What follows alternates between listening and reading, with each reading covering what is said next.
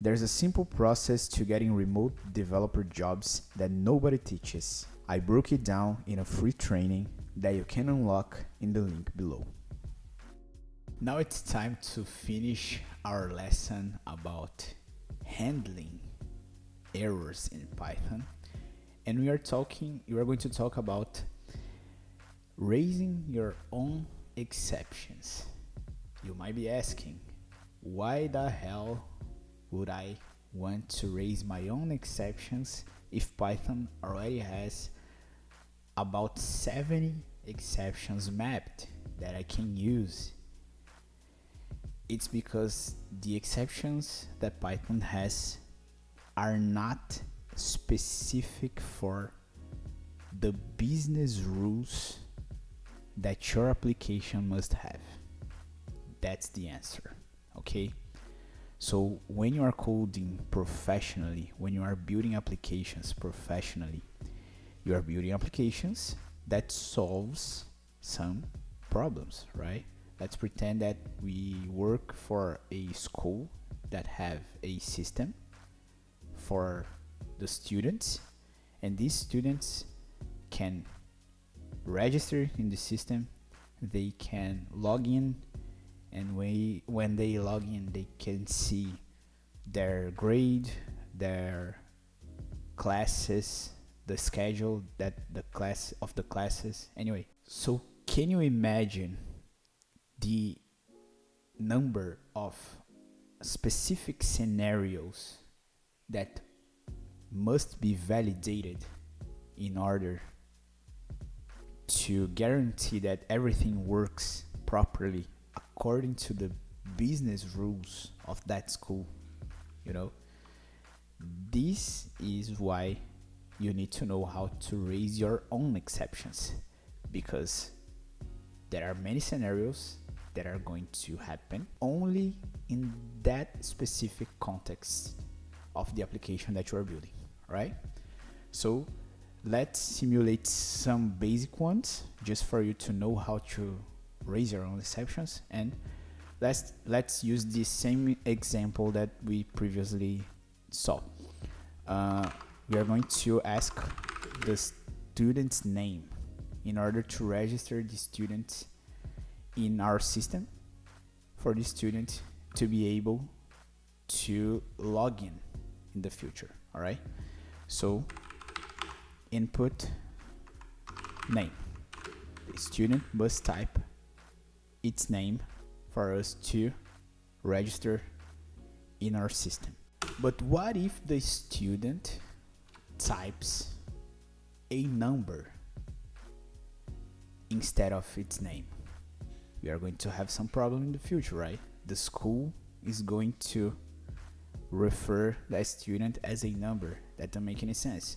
So we must not allow the student to create its account if the name that the student typed is a number, right? So name must be a text.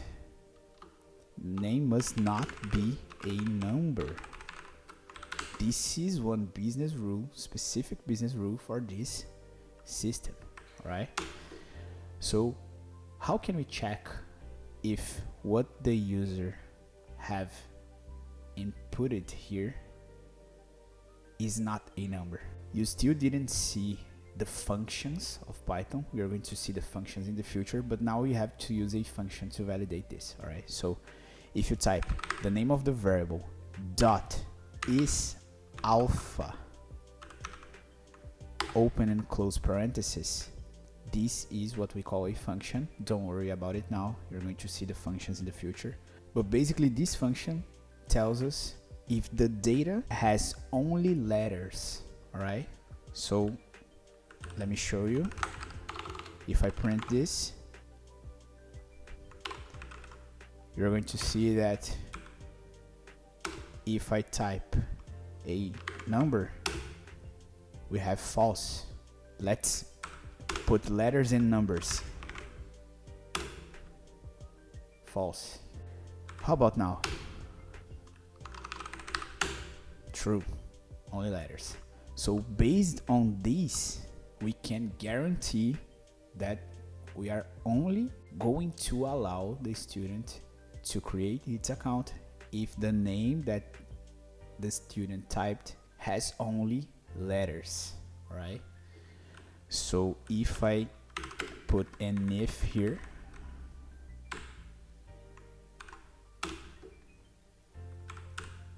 and in this case I can use the keyword not, because I'm checking if the name has not only numbers to raise an exception, right? So raise value error. So this sentence here, we are basically validating if this data has not only letters, we are going to raise the value error exception, okay?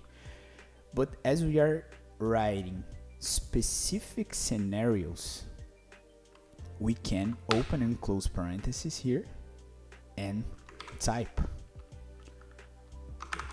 your name must contain only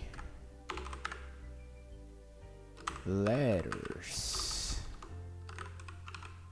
All right, this is basically the message that I want to print. Let's see what happens now. Name 123, value error. Your name must contain only letters. So you see that this is a value error, an exception that we already know, but the message that this error is showing is the message that we wrote, that we have written, right?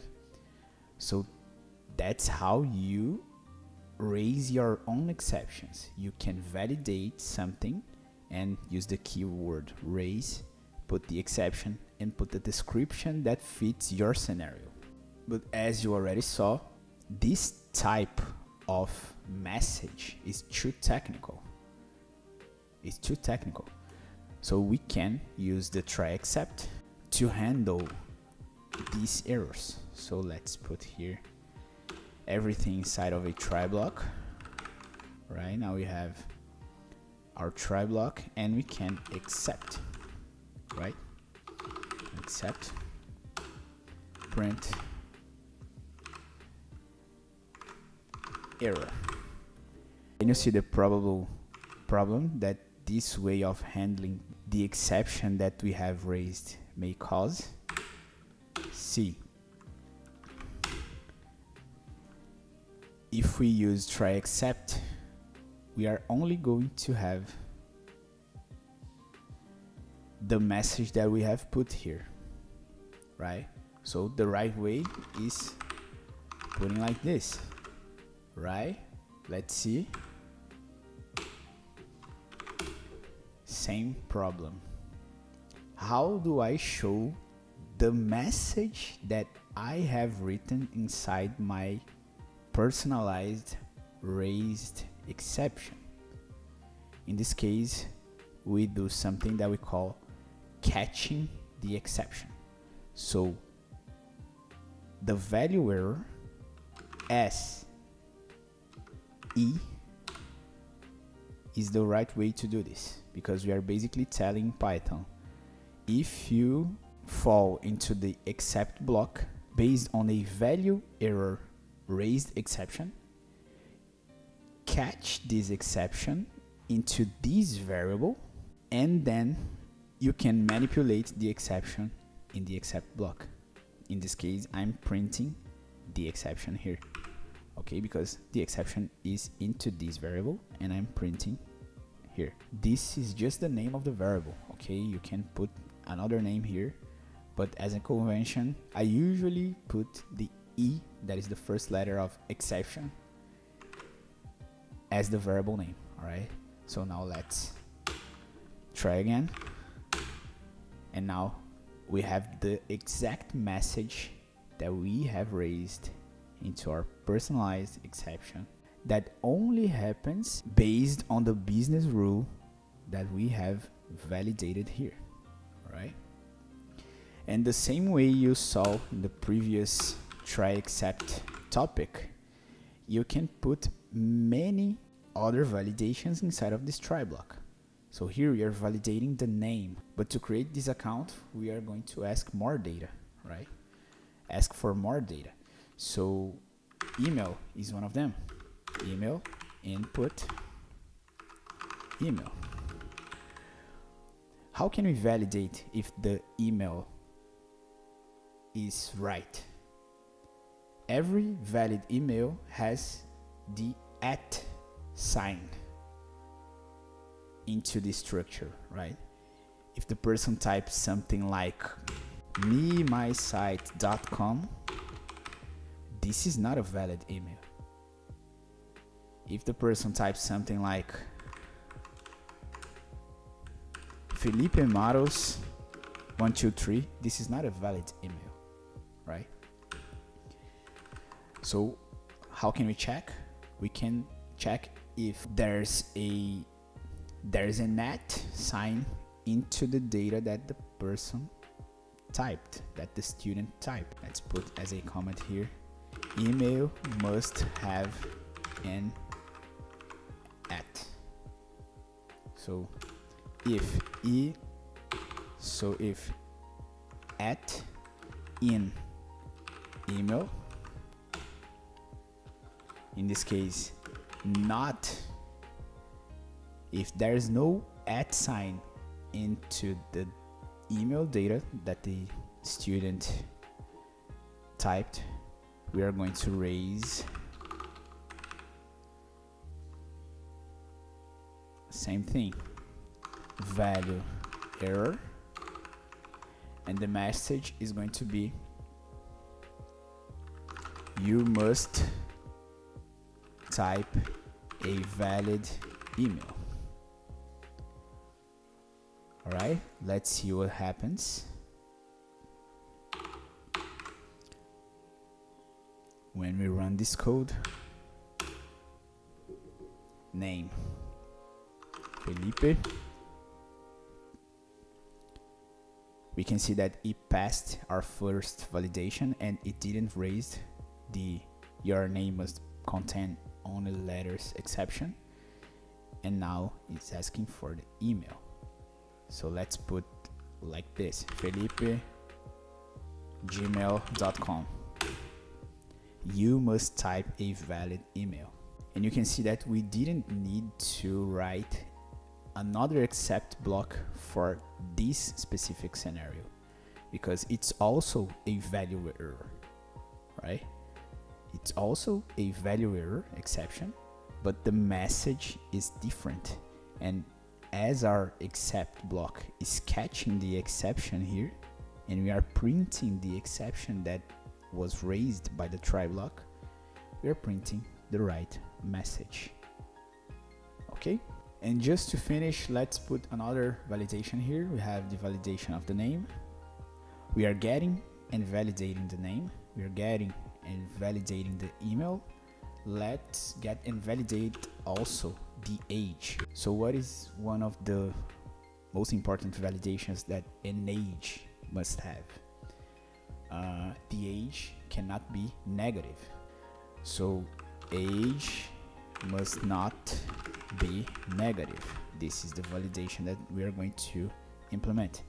So let's get the age, input age. If age is less than 0, raise value error. Your age must not be negative. Okay, that's it. Let's run. Name Felipe, email felipe@gmail.com, passes normally.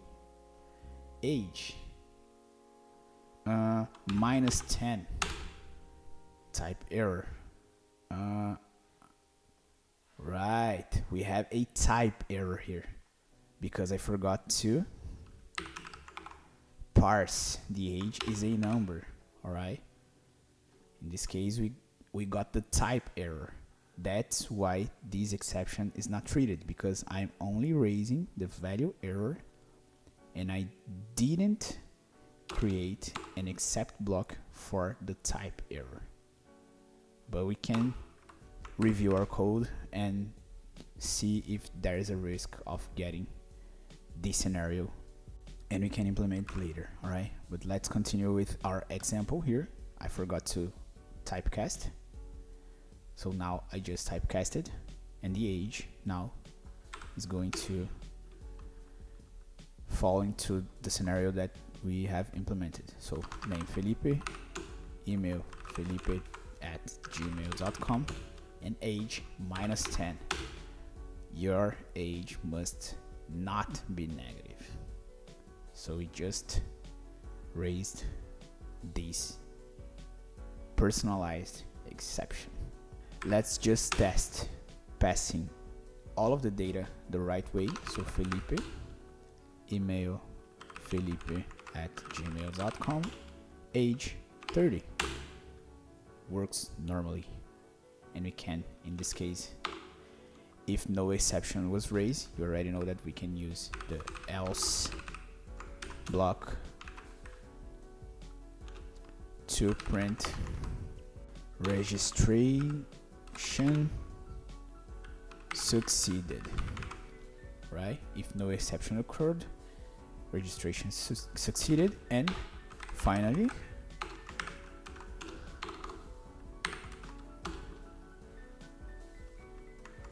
we can print a farewell message like follow the school in social media at school.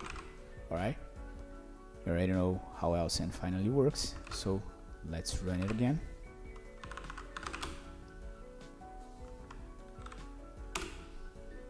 Name Felipe, email felipe@gmail.com, and age 30.